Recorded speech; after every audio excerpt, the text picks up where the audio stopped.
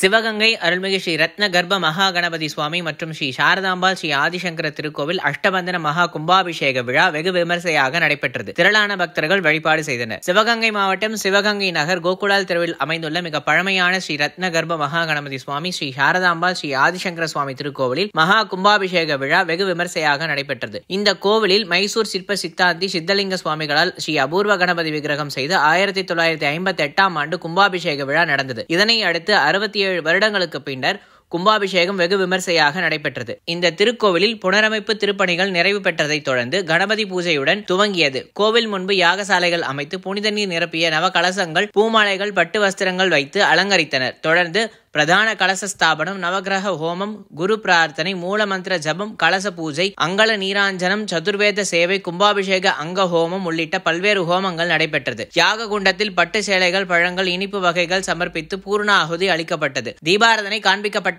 பின்னர் மங்கள வாத்தியங்களுடன் கணம் புறப்பாடு நடைபெற்றது. சுவாமியை சுற்றி வலம் வந்து கணபதி விமானம் மற்றும் ஆதிசங்கர விமானத்துக்கு வேத மந்திரங்கள் முழங்க கலசத்தில் உள்ள புனித நீரால் அபிஷேகம் செய்யப்பட்டது. இதனைத் தொடர்ந்து தீபாராதனை காண்பிக்கப்பட்டு விமான கலசத்துக்கு வஸ்திரங்கள் சாற்றி உதிரி புஷ்பங்களால் அர்ச்சனை செய்யப்பட்டன. நிறைவாக தீபாராதனை காட்டி பக்தர்கள் மீது புனித நீர் தொளிக்கப்பட்டது. இதில் ஏராளமான பக்தர்கள் கலந்து கொண்டு கும்பாபிஷேக விழாவை கண்டு வழிபாடு செய்தனர். விழாவின் ஏற்பாடுகளை மடம் மேலாளர் ராமசுவாமி உள்ளிட்ட விழா கமிட்டியினர் செய்திருந்தனர். விழாவை முன்னிட்டு அன்னதானமும் நடைபெற்றது.